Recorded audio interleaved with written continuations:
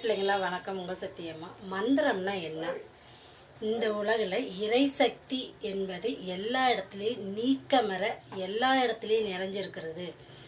ஆகாயத்தில் பரவியுள்ள அந்த சக்தியை, அந்த ஒளி அலைகளை உணர்ந்ததால் மகரிஷிகள், அப்படி உணர்ந்தவங்க தான் மகரிஷிகள், சரிங்களா? அந்த ஒளியை கேட்டு அவங்க கண்களை மூடி தியானித்து இந்த மந்திரத்தை சொன்னதுதான்.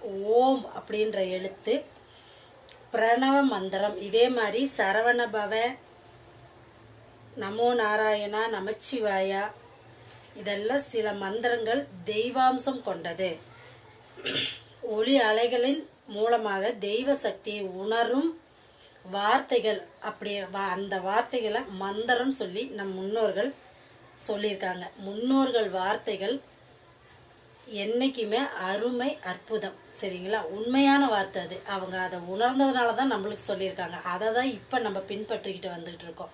இதெல்லாம் ஆதி காலத்திலருந்தே அவங்க சொன்ன வார்த்தை தான் இன்றைக்கி நம்ம அதை எடுத்து நடைமுறைக்கு கொண்டு வந்துக்கிட்டு இருக்கோம், சரிங்களா?